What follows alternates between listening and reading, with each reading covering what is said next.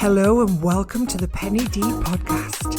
This is for you if you would like to sit for 20 to 30 minutes every month, relaxing your mind and just listening to my ramblings about life, love, happiness and much more. I'm your host, Penny Davis, and welcome to the show.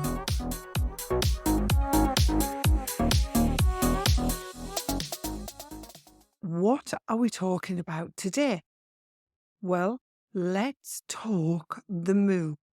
Now, the moon usually is something we don't have to think about very much. It's always there in the sky like the stars, the sun. But have you ever considered how much influence the moon has on our day-to-day lives? The Greek philosopher Aristotle hypothesized that the moon induced madness across the land it illuminated. In fact, lunatic comes from the Latin lunaticus, a fall of the moon or moonstruck. I've got to be honest, it never really used to occur to me. Of course, we've all heard anecdotal evidence. Actually, my father-in-law is a retired policeman, and there was absolutely a thing that when there was a full moon, they could always tell the cells were full in the police station in Birmingham. Often it was domestic situations or domestic violence that had broken out. But of course, a night out on the town with full moon, we all know that it can get a bit leery. There is evidence that other animals are affected. So some insects are driven by the moon. Obviously, the birds are affected by the moon, and that is without doubt. Now, for those of you who have dogs, and I've had dogs all of my life, again, in more recent years, I've been more mindful of lunar activity because there is no question about it. Our dogs certainly act a bit odd around the full moon. More a case of they just act. They're not more vicious. I mean, we do have cute little dogs anyway, but it seems to be that they just act a bit odd. They're a little bit unsettled. They might be up and down a bit more, wanting to go out. And then when they get outside, they don't really do much. And it's just that weird behavior around moons. We check the moon cycle, and more often than not, there is either a full moon next day and we see the behaviour starting, or it is the full moon. And there is just absolutely something in it. I would love to hear from you if you have had this experience yourself with your dogs, that you know that your dogs behave differently when there are unusual moon cycles. So the new moon is the tiny moon. That doesn't tend to affect animals as much. It does tend to be the full moon. Talking of animals, of course, we are all familiar with werewolves. And I've got to say, American Werewolf in London actually is one of my favourite classic horror movies. It's so good. Love the mixture of comedy and horror. And yeah, it's a really nice love story too. I digress. So, of course, we all are aware of the werewolf tales. And I suspect a lot of that does stem from people acting a bit odd in the olden days around those full moon cycles.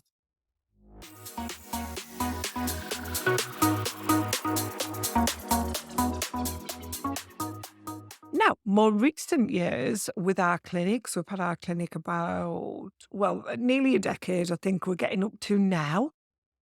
In the early days, you do get to know there are cycles to your business.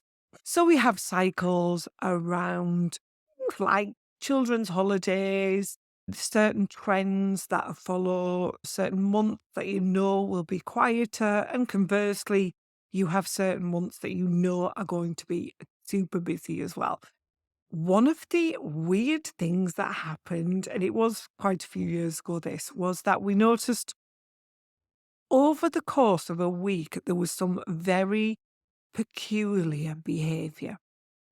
So occasionally you get just for no reason, maybe more cancellations, or you get a cluster of like events where, I don't know, people cancel a move and you just think, it's odd. There's a lot of moves and changes. There was one week in particular I can remember because we were going on holiday and we were actually on holiday and it was the first week in October. Now, October's a bit of a funny month anyway.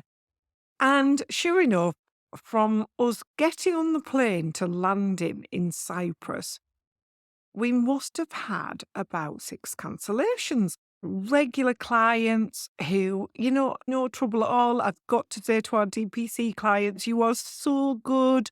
We don't get messing around that I know other businesses do as a general rule. Everything was so genuine. Clients that we knew weren't just swinging the lead with us. It was odd.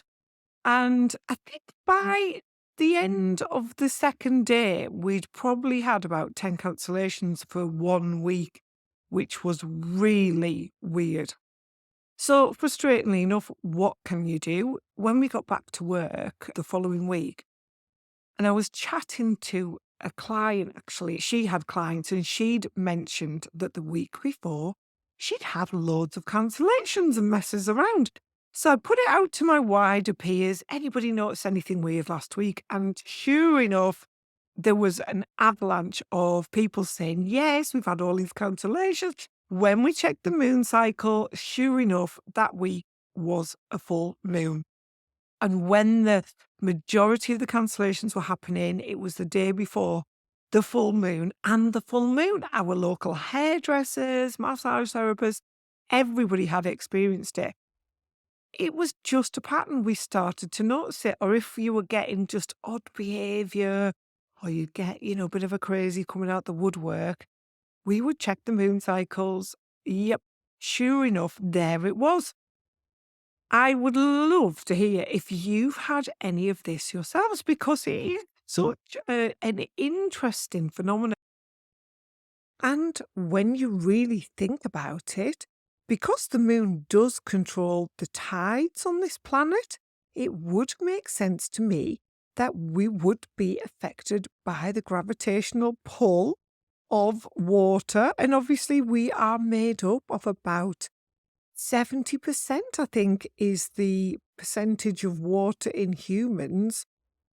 I think it would make sense that we are affected by those moon cycles, even if we didn't know it ourselves. What do you think?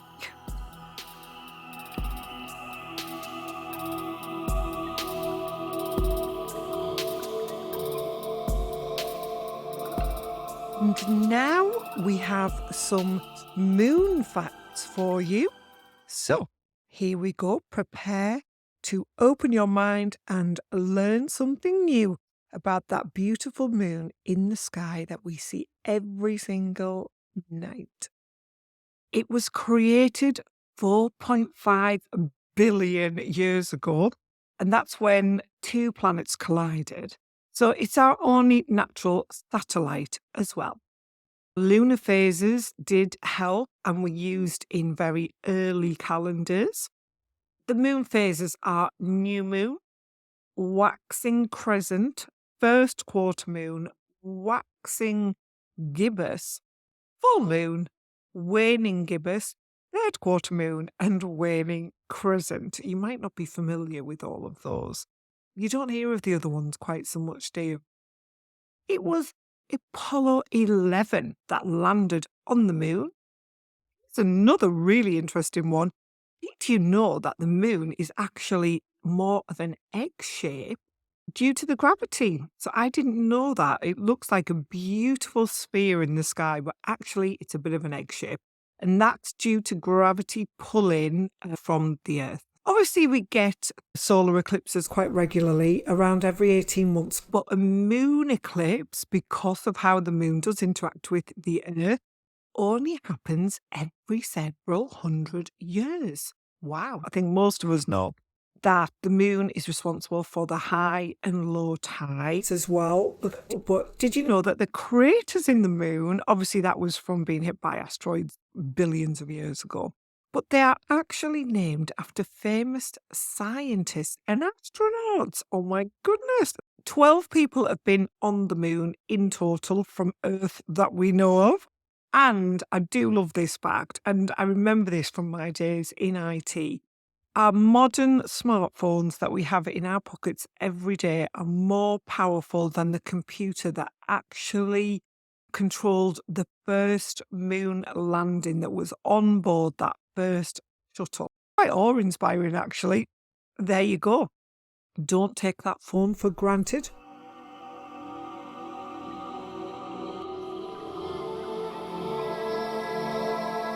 In Shakespeare's Othello, the maid Amelia tells Othello that the moon has drawn too close to the earth and driven men insane.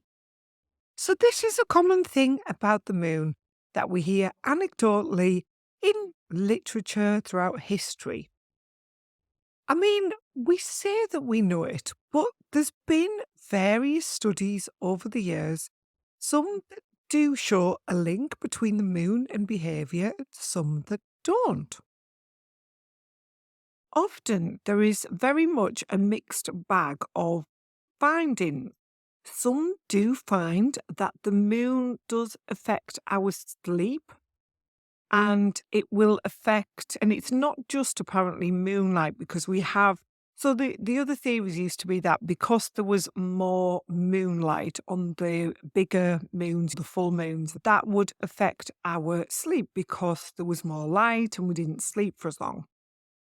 However, because of all of the artificial light that we do have in our day-to-day lives, really, that's not a thing anymore. But when it comes to our sleep, it has been proven, it was a study conducted in 2021, so it's quite a recent one, that people go to bed later and sleep for a short period of time in the days leading up to our full moon. So specifically, it found that people would go to bed 30 minutes later than average and then sleep for an hour less per night, which is quite a lot, actually. I know that, again, a couple of weeks ago, and I think we did have a full moon, I just found that I could not drop off and I was sleeping very light. And I noticed this for a few nights.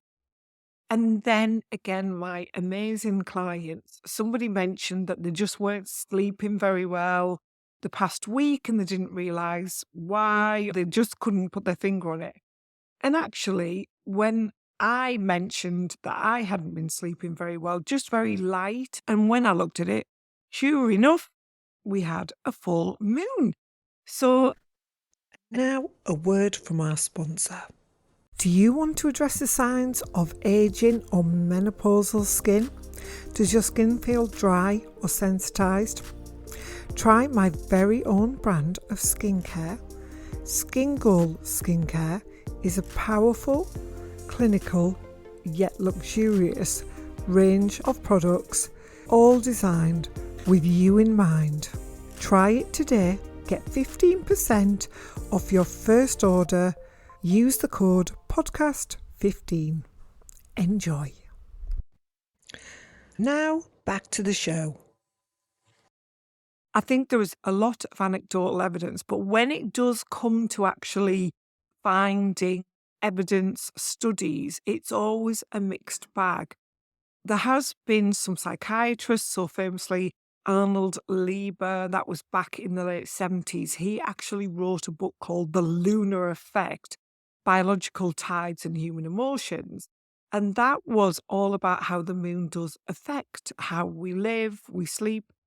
There was also some other studies done by a psychiatrist who found that people who have bipolar, so those that suffer with bipolar disorders, seemed to fall into a fortnightly routine. And that was to do with the different cycles of the moon, the different moon phases. And it wasn't necessarily that people with bipolar would start acting in a particular way at that time, but it was very much that there was a change in their behaviour and it did seem to cycle with the moon. So I find that's a very interesting study. Again, there's then been other studies that say it just doesn't seem to affect it at all. There was another study that said admissions for psychosis are lowest during full moon and psychiatric emergency room visits decline. Now, that again goes in contrast to the full moon when anecdotally you hear that accident and emergency rooms are really full, like calls for police assistance and prison assaults and homicides, things like that, do tend to be increased around the full moon. There's another really good one about animal bites, and it says there's more animal bites from like cats, rats, dogs, and horses, and they occur at the full moon as well. Now, when we think of this for women and the feminine divine and the moon, which of course is one of my hot topics, there was some research done in the Toba culture, and it essentially linked the moon with women with their first menstruation and regulates the flow of menstruation. Now, if you look at the moon cycle, I believe it's every 29.5 days. And I guess for a lot of women, their menstrual cycle, it probably goes around the 28-day mark, but that's not always a given. So it's not always that bob-on. Mine certainly never used to be. However, there is anecdotal evidence from those tribes that moonlit nights are nights of high sexual activity. Again, that could just be in those more rural tribes. There isn't much artificial light, and because it's lighter and people aren't sleeping, there are other things to do.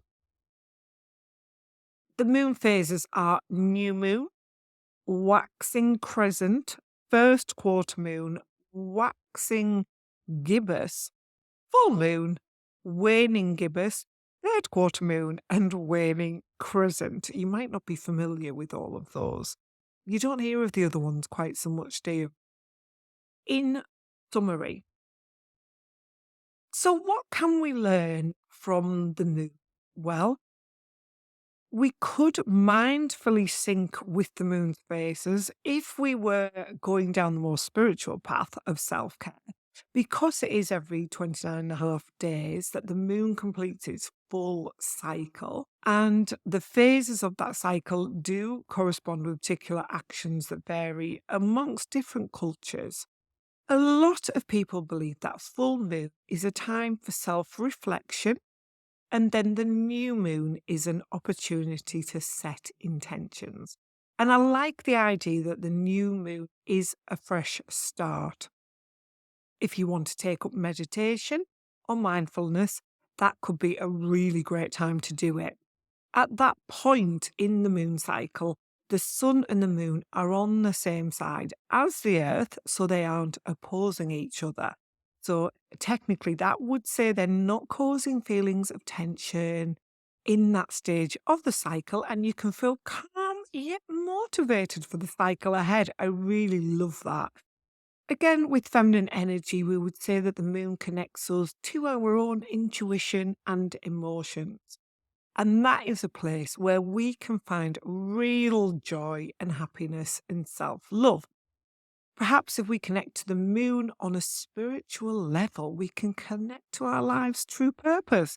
I will leave you with that as food for thought. I hope you enjoyed this episode. I certainly enjoyed researching it, and I have now added the moon phases to my Apple Watch, actually.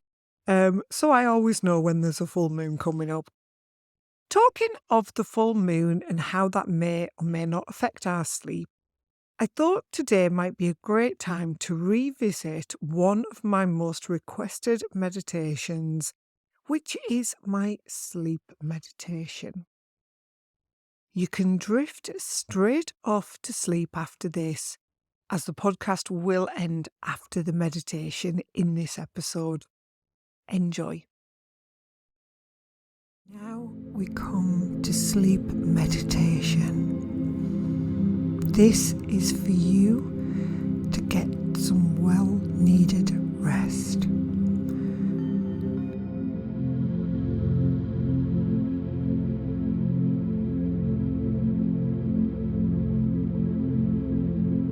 follow my voice now, close your eyes and make sure that you are comfortable and ready to go to sleep. You will follow this meditative journey into deep sleep. You are in the right place at the right time. You are exactly where you need to be. This is your chance to let all of your thoughts go. Allow yourself the chance to fall into a deep and peaceful sleep.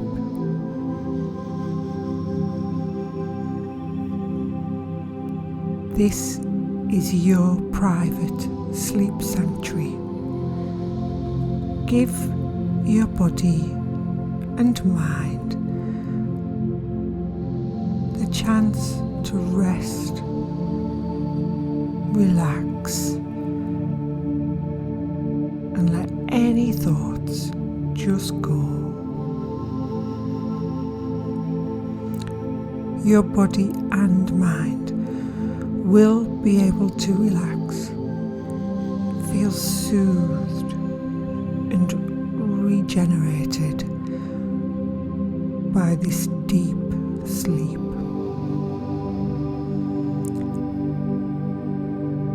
Any persistent thoughts, acknowledge them, but let them know you'll attend to them tomorrow, because now is for sleeping. Breathe in and breathe out. Inhale, exhale, breathe deeply, exhale. Now let your breath return to normal, rhythmic breathing.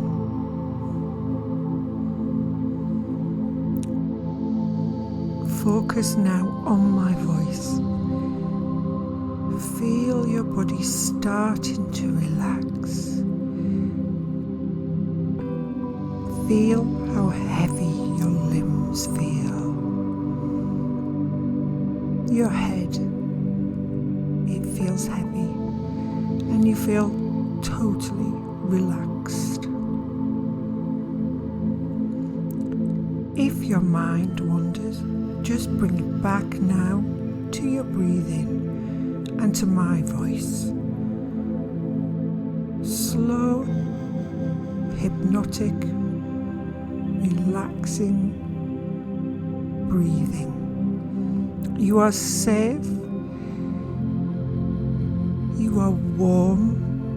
You are protected. Breathe in and breathe out. It's time to simply let it all go. You deserve deep sleep.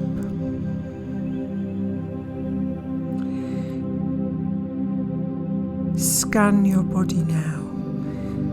Feel the energy that flows from your body and all around you. This is your life force. Now we will settle this energy and this life force to make you feel relaxed. Your head is getting heavy now. Feel the soothing waves of your energy. They wash over you now, regenerating every cell in your body while you sleep. Your face, it softens now. Eyes are so heavy.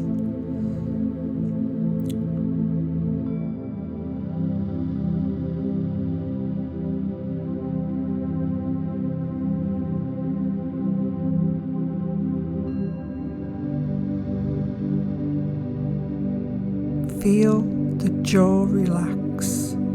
Any tension, just let it all go. You feel so relaxed now.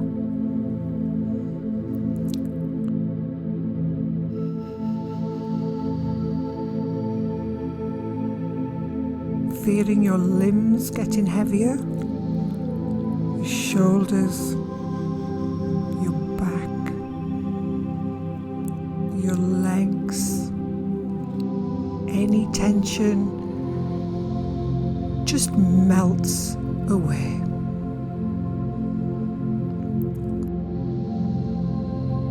Feel your body become looser. Any aches and pains, they are gone.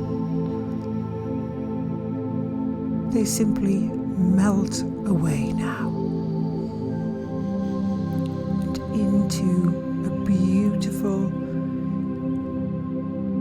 deep sleep.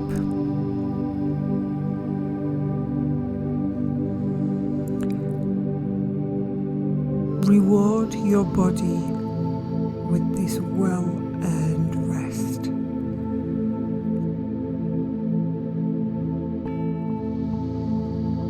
Know that you will fall so deeply to sleep.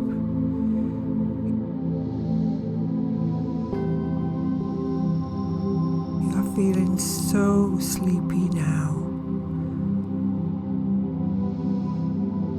Your mind relaxed.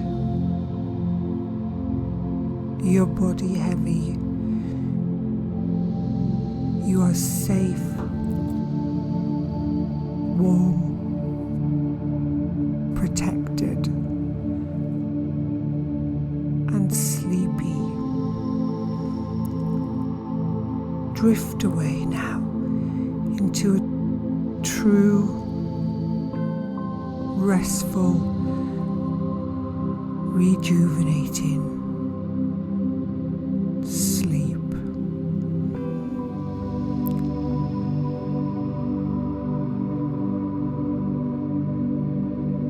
Follow your breath in and out. In